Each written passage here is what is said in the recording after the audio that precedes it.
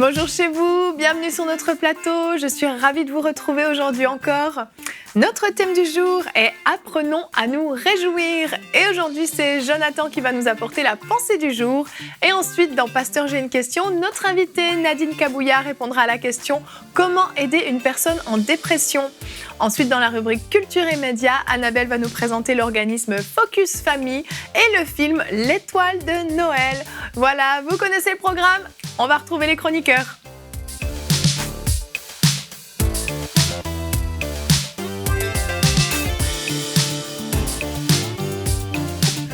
Bonjour à tous. Bonjour. Est-ce que vous avez aimé mon claquement de doigts ? Ça nous a réveillés. Au cas où il y avait besoin. Vous allez bien ? Bien. Super, Nadine, tu es toujours avec nous. Merci d'être avec nous. Tu seras encore avec nous jusqu'à demain. On ne te laisse pas repartir. Aujourd'hui, donc, comme on l'a dit, on va parler d'apprendre à se réjouir. Donc, j'espère au moins que ça vous réjouit ce thème. Moi, oui, ça me réjouit. Et j'espère qu'à la maison, ça vous réjouit aussi. Et donc, on va commencer avec la pensée du jour. Jonathan, le titre de ta pensée est très compliqué. Réjouis-toi.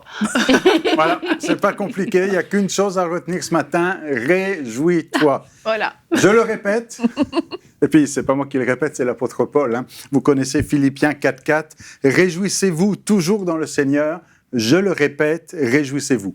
Et Paul prend la peine de le répéter. C'est que c'est important. Et si vous avez bien compté, parce qu'on est dans l'Épître aux Philippiens, chapitre 4, verset 4, mais avant le chapitre 4, il y a le chapitre 3. Et c'est bien.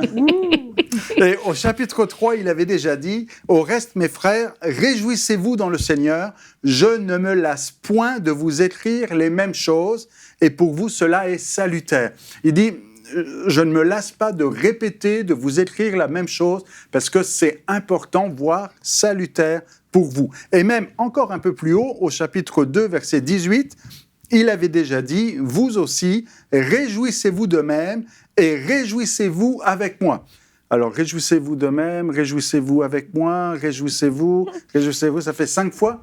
À peu près. 5 fois dans la même épître, l'apôtre Paul insiste, je le répète, réjouissez-vous. Alors, vous avez bien compris, c'est un impératif. Il faut se réjouir. Annabelle me disait, avec ta rubrique, c'est pas compliqué, tu répètes tout le temps, réjouissez-vous. Bon, au moins, si vous avez retenu ça, c'est le plus important. Mais peut-être que certains nous écoutent en disant, mais moi, je passe par des moments difficiles et il n'y a pas de quoi se réjouir.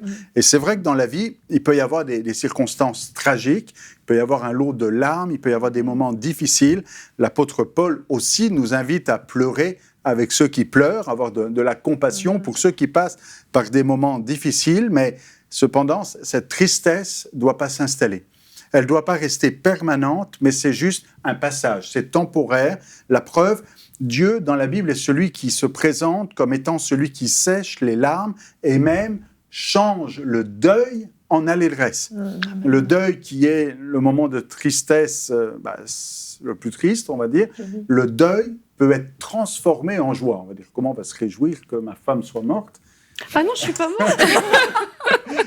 Je dis, non, mais quand on y pense, comment le deuil peut être un sujet de joie, mais ça, c'est Dieu qui le fait. Il vient transformer le deuil en allégresse par un processus qui s'appelle la consolation. Et pour ceux qui écoutent Bonjour chez vous régulièrement, on en avait parlé il y a quelque temps. Oui. Donc aujourd'hui, réjouis-toi, même dans l'épreuve. L'apôtre Jacques est très radical quand il dit dans Jacques, chapitre 1er, verset 2, « Mes frères, regardez comme un sujet de joie complète les diverses épreuves auxquelles vous pouvez être exposés. » Il est en train de dire, vous passez par des moments difficiles, éprouvants, vous avez l'impression que tout vous tombe sur la tête, réjouissez-vous, je le répète, réjouissez-vous. Et Jacques dit, regarde comme un sujet de joie, non pas dans une expression un peu de masochisme en disant « Ah, j'ai mal, ça me réjouit ». Non, réjouis-toi parce qu'au travers de cette épreuve, quelque chose de bon va en sortir. Oui. Et la joie est donc une joie par rapport à la délivrance, au secours. On sait que Dieu est celui qui va nous sortir de cette situation. Dans 1 Pierre, chapitre 1er, verset 8, voilà ce que l'apôtre aussi dit. Donc on est passé par Paul, Pierre, Jacques, on va faire tous les apôtres. Il dit, vous l'aimez sans l'avoir vu, vous croyez en lui sans le voir encore, vous réjouissant d'une joie merveilleuse et glorieuse. Vous ne l'avez pas vu, mais vous vous réjouissez déjà d'une joie merveilleuse et glorieuse parce que vous obtiendrez le salut de vos âmes pour prix de votre foi. Ce que l'apôtre Pierre est en train de dire ici, c'est que on a de la joie rien qu'à penser à ce qui va nous arriver. On pense au ciel, on pense au salut de notre âme, on pense à la félicité et ça nous remplit de joie. Donc la joie s'inscrit dans une dimension tridimensionnelle. Trois phases, attention, tridimensionnelle, temporelle. Donc, le passé, le présent et le futur. Amen. C'est une joie par rapport au passé. Je me réjouis, je suis heureux car Jésus m'a sauvé. C'est pas l'endroit où il faut chanter. Michael, reviens. Si vous connaissez ce vieux petit cœur, je suis heureux car Jésus m'a sauvé. Dans son nom. Bon, bref. Ils vont tous s'y mettre. On va tous chanter. Psaume, mais il y a de la joie, hein, ça va. Il y a de la joie sur ce plateau. En tout cas, oui. Le psaume 28 dit l'Éternel est ma force et mon bouclier, en lui mon cœur se confie, je suis secouru, j'ai de l'allégresse. L'allégresse, c'est beaucoup de joie. Hein. J'ai de l'allégresse dans le cœur et je le loue par mes chants. La joie dans le passé, mais la joie dans le présent aussi. Être heureux maintenant, pas simplement de dire autrefois j'étais heureux, demain je le serai. Non, réjouis-toi, c'est un impératif pour maintenant. C'est pas quand on dit réjouissez-vous, c'est sûr que la conjugaison en français c'est mêlant, parce qu'on ne sait pas si c'est du futur ou du présent. Non, mais réjouissez-vous, c'est pas il va falloir vous réjouir un jour, c'est maintenant, réjouissez-vous. Dans le présent, psaume 122, je suis dans la joie quand on me dit allons à la maison de l'Éternel. C'est pas j'étais dans la joie ou je serai dans la joie.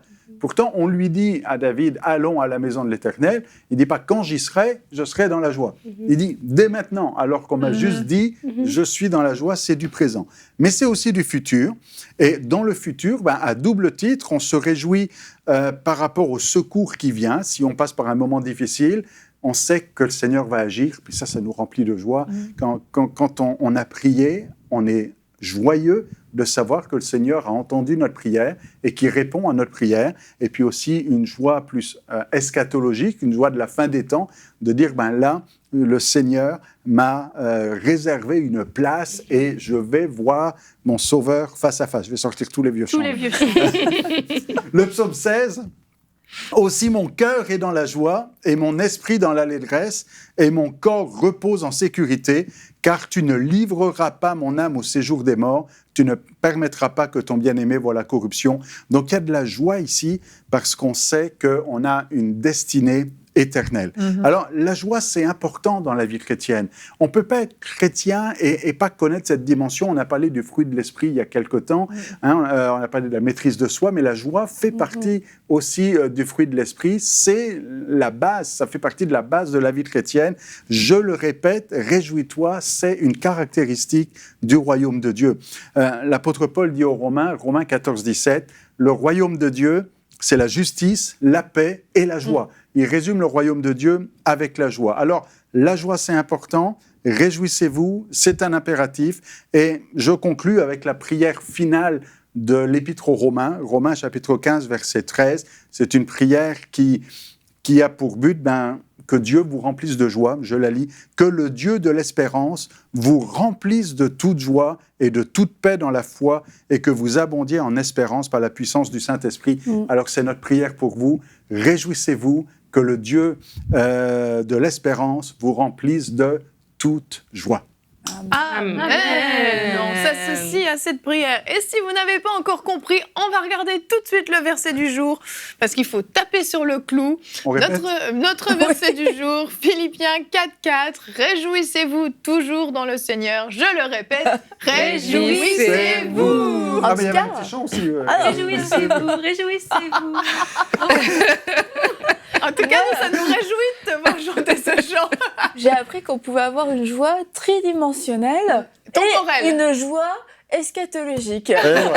Franchement, rien que ça me met dans la joie. Alors aujourd'hui, tu es plutôt dans une joie tridimensionnelle ou eschatologique, Annabelle? La joie eschatologique faisait partie de la joie tridimensionnelle. Oh, wow. C'est ça, j'ai bien compris. Mais là, tu as bien écouté, bravo. J'ai pas l'air, hein, mais... Je suis sûre que chez nous, cette émission vous réjouit, en tout cas. En Suisse, on a l'habitude d'utiliser le mot se réjouir. On l'utilise beaucoup plus qu'en France, j'ai remarqué. En Suisse, vraiment, on ne dit pas est-ce que tu as hâte d'aller à l'école, est-ce que tu as hâte de faire quelque chose. On dit est-ce que tu te réjouis. Et quand je suis arrivée en France, je disais ça, on me regardait un peu bizarrement, vrai, donc j'ai vite changé. Mais on utilisait ça. Et moi, j'ai toujours beaucoup aimé ce mot parce que se réjouir, ça a vraiment une notion de joie. C'est comme quelque chose qui vient de l'intérieur et qui te procure un bien-être, qui te procure de la joie. Quand tu te réjouis, il y a comme une excitation. C'est comme un enfant, là. Noël arrive, il se réjouit que Noël arrive. Mais bon, vous les Français, vous n'avez pas le privilège d'utiliser ce mot. Ah, mon râle. Et au Québec, on dit t'as-tu hâte? Mais c'est vrai que d'apprendre à se réjouir, de se dire j'apprends à me réjouir, je veux me réjouir, c'est plus que d'avoir hâte. C'est une décision, un état d'esprit, une attitude qui fait que même dans l'impatience, même dans l'épreuve, je vais manifester la joie. Et c'est vraiment un antidote merveilleux contre, je ne sais pas si ça se dit, la grognerie, le fait d'être grognon. J'aime le mot. La grognasserie, la grognitude. Bon, en tout cas, c'est c'est bon. un bon médicament, la réjouissance et la joie en action.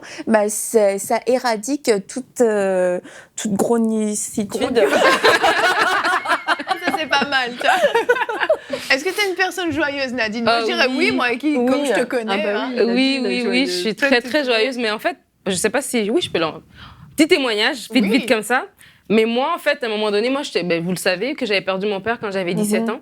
Et tout de suite, je suis tombée dans un état où j'avais plus de joie. J'avais un trou dans mon cœur, j'avais plus de joie. Et j'avais une joie superficielle. Et ça m'a traînée pendant quelques années. Et jusqu'à un jour, comme tu le mentionnais dans ta pensée, c'est vraiment Dieu qui vient nous mettre cette joie-là. Puis ça, c'est pas nous-mêmes qui pouvons la manufacturer, si je peux dire ainsi. On était à l'église, c'était Noël, puis mon père est décédé dans la période de Noël. Donc, j'aimais plus fêter Noël, alors que Noël, c'était vraiment une de mes fêtes préférées. Et le Noël, avant son décès, comme par hasard, c'était le plus beau Noël. On était sortis toute la journée, on était allés au restaurant, juste lui et moi. C'était vraiment un super, super Noël. Alors, comme je n'aimais pas fêter Noël, ça tombait que quand j'ai commencé à fréquenter mon mari, Pasteur Omer, à l'époque, on était encore... on n'était même pas fiancés, je crois, on se fréquentait juste.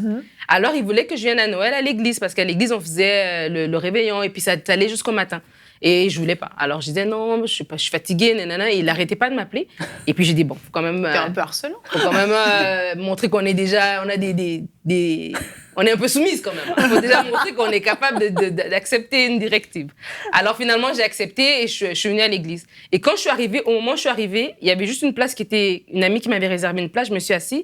Et le pasteur principal, il avait fait une activité. En fait, il avait dit qu'il avait des versets qu'il avait écrits et qu'il allait mettre dans un panier et passer. Et chaque personne allait piger et ce verset allait être pour lui. Alors, dans mon cœur, j'ai déjà refusé ça. Je me suis dit, oh, c'est quoi cette histoire? On est 400, 300 personnes. Quelle est la probabilité que je reçoive quelque chose qui me parle? Genre, moi, j'avais ma douleur dans mon cœur. Je savais que je voulais pas être là. Et puis, je me disais, j'allais trouver un verset, peut-être, Jésus t'aime, rien qui allait me toucher. Donc, déjà, j'étais pas dans un état d'esprit de recevoir quoi que ce soit. Mais soit, le panier passe et quand ça arrive à moi, je pige. Et le verset que je lis, c'est le verset dans Jérémie qui dit que j'enlève votre deuil, je change votre deuil en allégresse, pour pleurer en cri de joie. Et j'ai pleuré et tout de suite, cette douleur, cette peine que je traînais avec moi depuis des années était enlevée. Et quand je dis que je suis une personne joyeuse, moi, je suis joyeuse de... Oui, c'est une décision, mais c'est aussi une joie que le Seigneur m'a mis. Et même quand, des fois, j'ai tendance à regarder ma réalité pour des fois tomber dans un découragement, je me rappelle d'où Dieu m'a amené, d'où Dieu m'a pris. Et les gens qui n'ont pas de joie vivent une détresse vraiment profonde. De se réveiller chaque matin, il n'y a rien qui te fait plaisir, il n'y a rien qui te fait sourire. C'est vraiment, vraiment déprimant. Donc oui, la joie, c'est une bonne chose. Non, mais J'aime beaucoup ta conclusion. Merci il pour ton témoignage. ne faut pas sous-estimer la joie. La joie, c'est important. Oui. Le prophète Néhémie dit que la joie de l'Éternel sera votre force. Oui. La joie, ça donne de la force, ça donne une stabilité. C'est important d'être joyeux. Et il ne faut pas dire, oh ben, c'est pas grave, je ne suis pas joyeux, mais j'aime le Seigneur. Ben, si tu tournes tes regards vers lui, quand on tourne les regards vers lui, dit le psalmiste, on est rayonnant de joie. Donc, si tes pensées sont vers Dieu, si tu tournes les regards vers Dieu, tu peux être que joyeux. Parce que la joie vient de lui. Il est notre joie. Oui. Ouais. Tu voulais ajouter non? Non, Oui. j'étais subjuguée par les paroles de mon mari. Ça me réjouit beaucoup. C'est beau, respirais. c'est beau. Moi, je vous propose qu'on regarde notre sondage parce qu'on a demandé à vous, chers téléspectateurs, nous vous avons demandé, êtes-vous quelqu'un de positif? Et vous avez été 43% à répondre oui, je vois toujours le bon côté des choses. Waouh, gloire à Dieu pour ces 43%. 51% pas toujours et 6% non, pas vraiment. De manière générale, vous êtes des gens positifs et félicitations. C'est important d'être positif parce que c'est vrai que certaines personnes ont tendance à toujours voir le côté négatif. Il arrive quelque chose, moi je me souviens dernièrement, on a fait une activité, moi j'ai trouvé que l'activité était formidable, tout s'était super bien passé et quand je vais voir les personnes avec qui je l'ai faite, oh il y a eu ça, il y a eu ça, il y a eu ça, il y a eu ça, alors que moi j'avais vu dans l'ensemble puis j'avais trouvé ça formidable. Et puis il y a des gens qui ont tendance à toujours voir comme le petit grain de sable, là, la plage elle est magnifique, mais il y a un petit grain de sable qui n'est pas à sa place, donc la plage n'est pas belle. Ça te fait penser à une de tes blagues. Nadine, non, nous ne la raconterons pas, nous ne la raconterons pas. Quoique ça aurait pu amener de la joie. C'est ce qu'on appelle en français un rabat-joie. Tout à fait. Oui, Quelqu'un c'est vrai, qui rabaisse rabat la joie. Oui, Et on ne veut pas être des rabat-joie, Oui. on veut être de ceux qui encouragent exactement. et facilitent la joie. C'est vrai. Mais pour certaines personnes, c'est vraiment évident, c'est très facile. Il y a des gens vraiment... toi, Jonathan, on a l'impression qu'il n'y a rien qui t'atteint. Tu es toujours de bonne humeur, tu es toujours dans la joie. C'est vrai, Anne, tu confirmes? Oh, c'est pas un bout en train, mais. C'est un peu comme ouais, je fais une référence, je suis vieux, là, au petit dessin animé de ce chien qui s'appelait Droopy, Oh, ben là, c'est vieux. Ah, qui oui, dit oui, oui, oui. You know what, I'm happy. Vous savez quoi? Je suis heureux. C'est toi, Je veux dire, ça? Non, c'est sûr que si quelqu'un est dit je suis heureux, puis sur son visage. Mais il y a des chrétiens qui sont comme ça, qui disent la joie du Seigneur est ma Ah, mais force. oui. Tu dis, si c'est ça la joie du Seigneur. Bon, maintenant, on n'est pas tous à danser, à sauter. Chacun a son Chacun propre exprime sa joie tempérament. différemment, c'est Mais ça. il faut. Jésus, à un moment donné, a tressailli de joie. Oui. A sursauté de joie. Je ne sais pas comment on c'est tressaille. ça. C'est Un tressaille. Moi, je le vois comme quelque chose qui vient de l'intérieur, qui ne se maîtrise pas, ça t'agite de Il y a l'intérieur. eu beaucoup de joie, quoi. Oui. Et c'est important d'avoir cette joie à l'intérieur. Maintenant, ça se manifeste selon les tempéraments d'une façon. C'est ça. Il y en a qui vont crier très fort, qui vont danser, qui vont Expressif. chanter. Il y en a d'autres, c'est juste un sourire. Mais en tout cas, c'est la même joie qu'elle a. C'est-à-dire la manifestation de la joie, elle est culturelle, mais pas la joie. La Oui. joie, elle est vraiment Universelle. universelle. Exactement. Mais je pense vraiment que c'est une décision aussi qu'on peut prendre de se dire, bon, moi, je vais devenir une personne positive. J'ai tendance à toujours voir le verre à moitié Tout à plein. fait. Bah, je vais commencer à le voir à à moitié vide et je vais commencer à le voir à moitié plein. Je vais y arriver. Et c'est une décision qu'on prend et on fait l'effort dans certaines circonstances.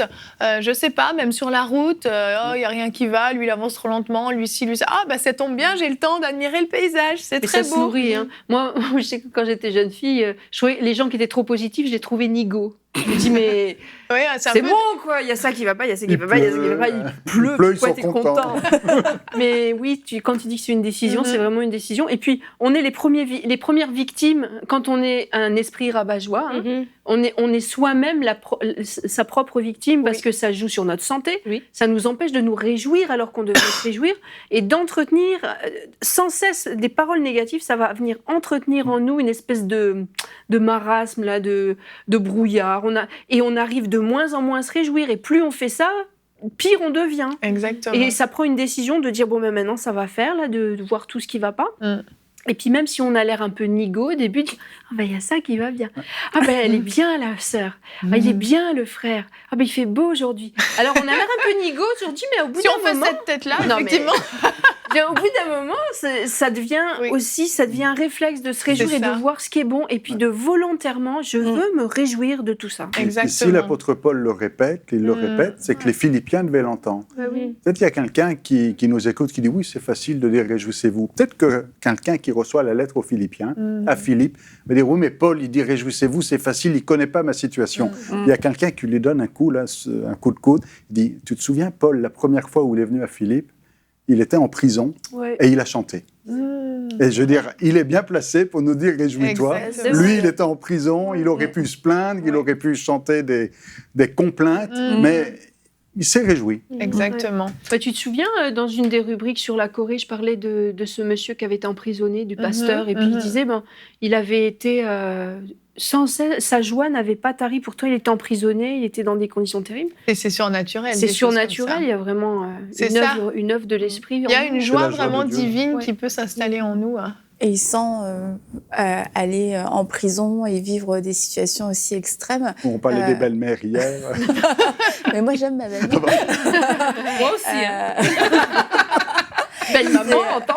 Pour se réjouir, je crois qu'il y a un effort aussi au niveau de notre bouche, de Oui. nos paroles, c'est de ne pas systématiquement formuler tout ce qui nous gêne, tout ce qui nous déplaît. J'ai mal, ça me gratte, il pleut, il fait chaud, il fait froid, blablabla. Parce que la Bible dit qu'on mange ses fruits. Oui. Et c'est des choses qui nous reviennent, en fait. Oh, j'ai froid, de le confesser, de l'entendre encore et encore, on a de plus en plus froid, finalement. L'hiver est long, l'hiver est long, l'hiver est long. Et là, la Bible nous dit, je vous le répète, réjouissez-vous. Donc, choisissons de répéter ce qui est la vraie vérité selon les yeux de Dieu. L'hiver est beau, les paysages sont magnifiques, Bah oui, les c'est beau, enfants la sont neige, la glace. contents. Et quand il fait moins 40, le fleuve fume, c'est magnifique. Ah ben voilà, Et quand ça tu vaut la parlais, ça me rappelait un vieux chant, encore un autre. Oh Hein, quand le vol de la tempête vient assombrir, compte les bienfaits de Dieu. Et puis si quelqu'un passe par un moment difficile, compte tous les bienfaits de Dieu, regarde, souviens-toi de tout ce qu'il a fait pour toi, puis là, il y a de quoi se réjouir. Amen. Et on va continuer dans la rubrique Pasteur, j'ai une question. Nadine, tu vas répondre à la question de Tanoa, on va dire, Tanoa, de France. Oui, de France. Qui a posé la question « Comment aider une personne en dépression ?» C'est une très bonne question qui nécessite une très bonne réponse. Oui, une très bonne question. J'espère avoir une très bonne réponse. J'en suis sûre. Alors, une très bonne question de Tanoa de France qui dit comment aider une personne en dépression. Alors, la première chose que je dois dire, il faut d'abord discerner quel type de dépression est-ce que la personne traverse. Est-ce que c'est une dépression qui est chronique ou c'est une dépression qui est circonstancielle? Parce que oui, une dépression peut arriver suite à des circonstances particulières. Je pense à quelqu'un qui a un problème d'infertilité, une femme qui passe par des fausses couches répétées. Je pense à un deuil, une perte d'emploi, un divorce. C'est toutes des choses qui peuvent, des situations qui peuvent arriver dans nos vies, des tragédies qui peuvent causer une dépression. À ce moment-là, quelle attitude adopter? Moi, je vous propose quelques attitudes. D'abord, dans le naturel, que faire? Une personne qui passe par des temps difficiles comme ça, qui est plongée dans un découragement tel qu'elle en fait une dépression, je crois que la première chose à faire, c'est d'avoir une bonne écoute, d'avoir une oreille tendue juste pour écouter la personne, laisser la personne ventiler, laisser la personne exprimer ce qui est au fond d'elle, sans pour autant apporter un jugement, mais juste l'écouter. Des fois, elle peut dire quelque chose d'irrationnel. Quelqu'un qui a perdu un emploi peut dire « je ne trouverai jamais rien, je vais finir sans abri ». Oui, c'est irrationnel, elle va trouver, mais ce n'est pas le moment de lui faire la remarque. C'est juste question de l'écouter parler, d'encourager et vraiment de ne pas juger, juste vraiment d'être cette oreille-là à écouter, de distraire la personne, de sortir la personne, mais évidemment dans des distractions aussi. Si c'est une personne qui veut un enfant, vous ne l'amenez pas dans un parc pour enfants non plus, quand même, d'avoir une sensibilité par rapport à ce que vit la personne, ne pas exposer non plus votre richesse, par exemple, si vous êtes avec une personne qui vient de faire une faillite, exemple. Donc, vraiment d'avoir une sensibilité par rapport aux besoins de cette personne dans le naturel et de donner son propre témoignage d'épreuve. Parce que nous toutes, à un moment donné, après un certain âge, même un enfant de 5 ans, il peut avoir un témoignage d'épreuve qu'il avait perdu son bonbon, son jouet, peu importe. Donc, si on fouille dans nos propres vies des choses qui peuvent servir des témoignages de cette personne pour dire, regarde, moi aussi, je suis passé par là. Moi aussi, j'ai perdu ceci. Ou moi aussi, j'ai eu telle ou telle difficulté. Il n'y a rien que le témoignage. La Bible nous dit dans l'Apocalypse, le témoignage va venir vraiment, c'est-à-dire ils ont vaincu l'ennemi de nos âmes par la puissance de leur témoignage. Donc, le témoignage va venir fortifier cette personne pour l'encourager. Donc, ça, c'est des attitudes à avoir dans le naturel. Mais dans le spirituel, nous avons des attitudes à avoir qui sont encore plus importante. Nous devons prier pour cette personne. La dépression, c'est pas un sentiment que Dieu veut qu'on aille. C'est pas quelque chose que Dieu veut que nous portons sur nous. La Bible nous dit dans Psaume 30, au verset 6, que le soir arrivent les pleurs, le matin l'allégresse. Le découragement peut arriver, un trouble peut arriver, mais il n'est pas là pour perdurer. Donc, nous devons prier pour cette personne, prier avec précision. Et quand vous dites à quelqu'un que vous allez prier pour lui, une personne qui est dans un état dépressif, c'est grave. Donc, ce n'est pas des petites prières 2 minutes avant de dormir. Non, vous allez prendre son nom, vous allez prendre des versets, vous allez citer ces versets sur la vie de cette personne. Vous allez prier avec insistance et croire que cette prière va porter du fruit. Parce que la Bible nous dit dans Jacques que la prière fervente du juste est d'une grande efficacité. Alors, vous devez croire que cette prière va porter du fruit. Alors, quand vous allez avoir ces attitudes dans le spirituel et dans le naturel, vous allez voir une ouverture vers cette personne au fur et à mesure et l'inviter, elle aussi, à prier pour sa propre situation. C'est Jésus, je vais lire ce passage dans Luc 22, verset 31-32. Le Seigneur dit, « Simon, Simon, Satan vous a réclamé pour vous cribler comme le froment, mais j'ai prié pour toi afin que ta foi ne défaille point, et toi, quand tu seras converti, affermis tes frères. » Vous qui êtes cette personne qui est témoin de cette personne qui est en dépression, vous êtes cette personne. Donc, qui, comme Jésus, vous pouvez prier pour cette personne, pour l'arracher des mains de l'ennemi qui veulent vraiment l'enfoncer dans quelque chose de grave. Alors, comme j'ai dit au départ, il y a 2 cas. Il y a la dépression circonstancielle, donc des cas qu'on a énumérés, et la dépression chronique. Quelqu'un qui est souvent, qui est tout le temps, qui à chaque hiver, qui à chaque 3 mois, tombe dans une dépression, c'est quelqu'un qui a besoin d'un counseling. Donc, il faut diriger cette personne vers un counseling pour une cure d'âme, pour qu'elle trouve pourquoi elle vit ça et pour qu'elle puisse vraiment se débarrasser de cet état une bonne fois pour toutes. Parce que, comme on a dit tout à l'heure, la joie, la réjouissance est un ordre que la Bible nous ordonne de faire. C'est un état d'esprit, une façon d'être que la Bible nous ordonne d'avoir. Donc, ce n'est pas dans la vie d'un chrétien, la dépression chronique n'est pas acceptable et nous devons vraiment nous lever contre ça. Amen. Merci Nadine. C'est une réalité vraiment. Je suis tout à fait d'accord avec toi. C'est pas quelque chose de normal et c'est pas quelque chose qui doit perdurer. Donc on peut avoir un état comme tu dis, de tristesse qui vient parce qu'on vit des choses, c'est normal, mais on ne doit pas demeurer là-dedans. Merci beaucoup Nadine pour ta réponse. On va continuer tout de suite avec la rubrique Culture et Médias.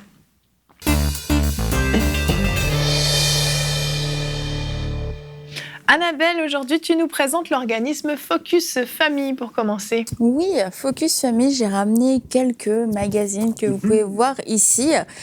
Focus Famille, en fait, c'est la version française du ministère américain Focus on the Family, c'est ça, yes. Qui est très répandu et qui donne des outils pour aider la famille. Mais alors, quand on dit la famille, c'est vraiment enfants, parents, couple, grands-parents. Grands-parents aussi, belle-mère, beau-père. Arrière-grands-parents. Je me réjouis. Et donc, c'est formidable parce que cette ressource-là est maintenant disponible en français. Ils font vraiment des très beaux magazines. Il y en a 4 par année. Donc, vous pouvez voir à l'écran le dernier magazine qui est sorti, celui de l'été-automne 2017. Et franchement, moi, je dois dire, j'apprécie d'autant plus parce que je trouve ça très beau ce qu'ils font. Bah oui, c'est vraiment beau, très joli. C'est un magazine qui est très agréable à regarder, à lire. Donc là, on voit un article « Faire face à la vérité », c'est par rapport à l'avortement. Ça aborde vraiment tout un tas de sujets. Comment parler de l'avortement à ses enfants. Ça nous parle. Il y a aussi des articles pour nous aider à grandir spirituellement, notre croissance spirituelle, notre relation avec Dieu. Ça nous donne des clés qui sont très, très intéressantes. Moi, perso, j'ai beaucoup aimé ces articles par rapport à la relation parent-enfant, que ce soit jeune enfant, parent-adolescent. C'est vraiment quand même la plupart du temps des bons articles, bien équilibrés, avec des bons outils, des bonnes bases bibliques. C'est pas dans la condamnation, si tu as fait ça, ton enfant va devenir un délinquant. C'est quand même très, très encourageant et très, très d'actualité. Et il y a même des recettes pour se faire un bon smoothie bien-être et fraîcheur. Ça, Anne aime. Il y a des recettes dans chaque magazine. Aussi, forcément, ça nous parle du couple. Là, osez croire que votre conjoint veut votre bien dans le numéro de printemps 2017. Et c'est pas que pour, j'aimerais le préciser quand même, c'est pas que pour les couples en crise. Ah, mon couple est en crise, il faut que je lise l'article. Non, c'est vraiment comment améliorer ma vie de couple. Ça parle de tous les sujets. Il y avait des articles sur la sexualité, la communication, la bienveillance, etc. Donc, c'est pas que pour les couples en crise, les familles en crise. C'est comment bien bâtir. Et là, on voit vivre l'Église comme une famille. Ça nous parle aussi de notre vie en tant que croyants dans une communauté, comment s'investir. J'avais lu aussi dans un des magazines un article sur le fait de servir, très encourageant, comment vous pouvez servir dans votre communauté, identifier vos dons, etc. Donc vraiment, ça parle à tout le monde, jeune, moins jeune, on peut se retrouver. Il y a des articles aussi sur le célibat, comment bien vivre son célibat. Donc d'une façon assez profonde quand même, ça aborde pas mal de sujets, 4 magazines dans l'année. Et il y a un point super important, vous pouvez commander, vous inscrire pour recevoir le magazine sur focusfamille.ca et c'est gratuit. Voilà, c'est Même gratuit. Quelle que soit l'adresse. Oui. Quelle que soit l'adresse, je les ai pas tous testés. Hein. Je me suis pas fait envoyer des magazines partout dans le monde. Mais c'est gratuit. Ils proposent, c'est sûr, de soutenir. Donc je vous encourage à soutenir ce ministère parce que c'est vraiment beau. Regardez, on ouvre n'importe quelle page. Regarde Nadine, comment c'est beau, c'est bien fait. Démystifier l'hospitalité, il y a les recettes et je trouve aussi que c'est un cadeau qu'on peut faire à quelqu'un, on peut inscrire quelqu'un, et puis parce que il y a vraiment des bons conseils, famille, maison, etc., qui peuvent être appliqués même dans des familles incroyantes, et ça peut juste ouvrir, disposer leur cœur. Ils parlent régulièrement vraiment même du salut, du message de la croix, et les gens peuvent, je crois, se donner au Seigneur à travers ce genre de magazines et ce genre d'articles, parce qu'ils reviennent tout le temps au point central de Jésus-Christ. Voilà, on peut faire ci, on peut faire ça dans le couple, dans la famille, mais on ramène Jésus-Christ au milieu de toutes nos valeurs. Donc c'est vraiment un très très beau magazine que je vous encourage à vous procurer. Ils ont une page Facebook, je crois aussi, sur laquelle ils publient souvent de leurs articles. Et puis j'ai oublié de dire, vous pouvez lire le magazine en ligne. Si vous voulez pas vous le commander, vous êtes contre la pollution, le papier, machin, vous pouvez lire le magazine en ligne. Sans aucune restriction. Même si vous n'êtes pas contre la pollution, oui, c'est vrai. vous pouvez le lire en ligne. Je sais qu'il y a des amis qui nous écoutent en Polynésie, ils n'ont peut-être pas la possibilité de se C'est faire vrai, livrer, tout mais à vous fait. pouvez les lire en ligne. C'est ça. Tout à fait. Même si vous êtes pour la pollution. Mais sinon, je vais présenter un film, C'est ça, un autre film.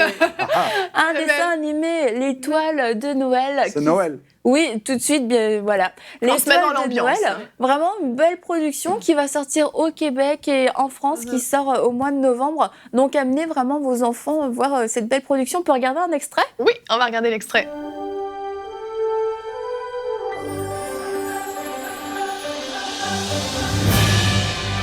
Ce Noël, venez découvrir l'histoire du premier Noël.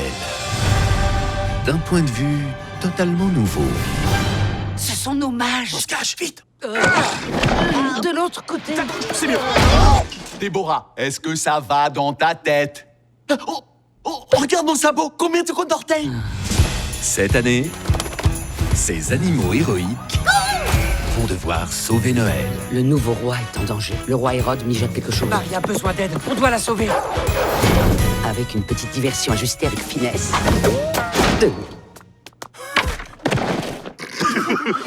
Beau, Pour aller jusqu'à mes amis, vous devrez me passer sur le corps. Non, c'est quoi ce truc? Quoi, quel truc? Oh oui, c'est vrai, fallait pas que je regarde. Dans les dents. David Je suis l'oiseau qui tombe à pic. Stop, trop gros, trop gros. et Ruth. On est presque en bas, plus qu'un petit gouffre. La réception n'était pas très soignée, mais tu te débrouilles. David! Tu es assis sur moi, ça c'est un homme de chien. L'étoile de Noël.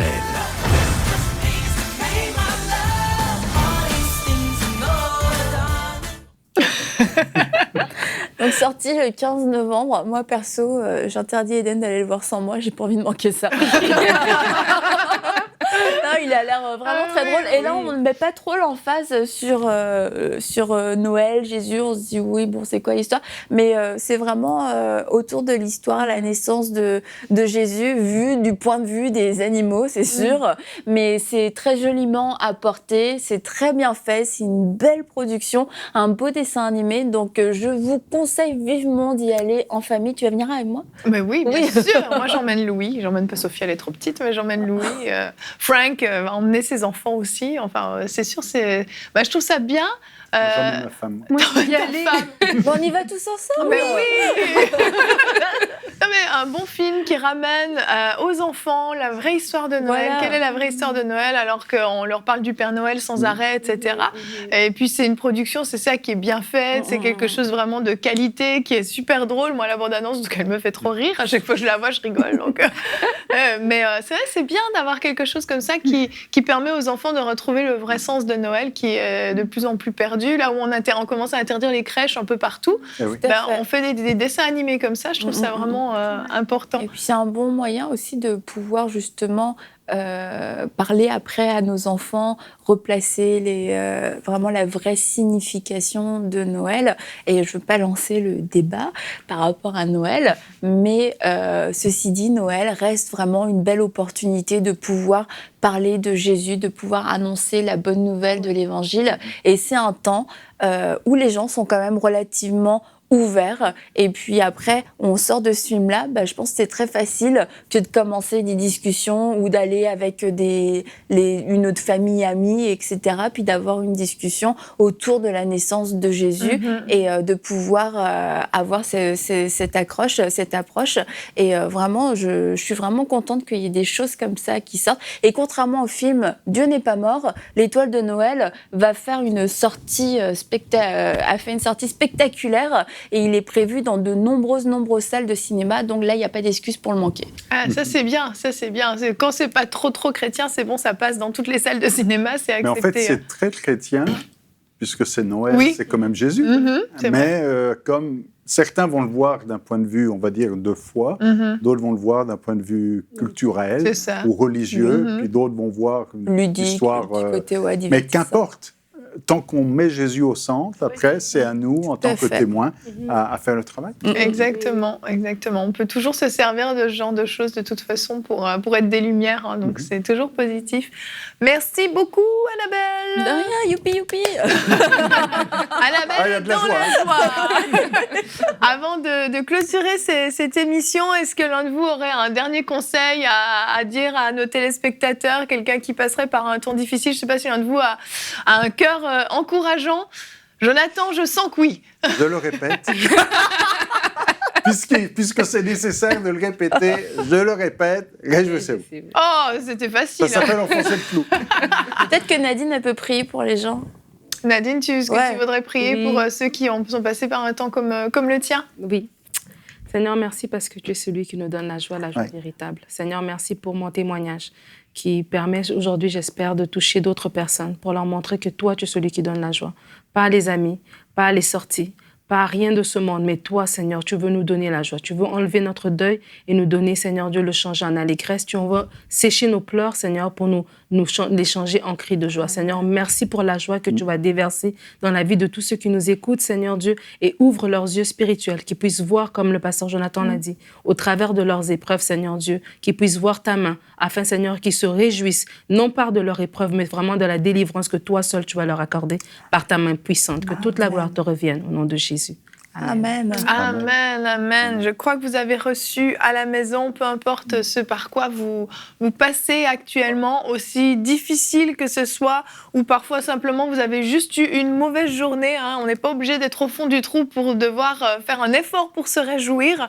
Parfois, on a juste besoin de prendre la décision. Je vais me réjouir. Et comme l'a dit Jonathan, comme tu l'as dit aussi Nadine, la consolation divine est disponible pour vous qui passez par des temps très, très difficiles. La consolation divine est disponible et je vous invite à regarder notre émission qu'on a fait il y a quelques semaines de ça, il n'y a pas si longtemps, une émission sur la consolation divine dans Bonjour chez vous. Je vous invite à aller la regarder.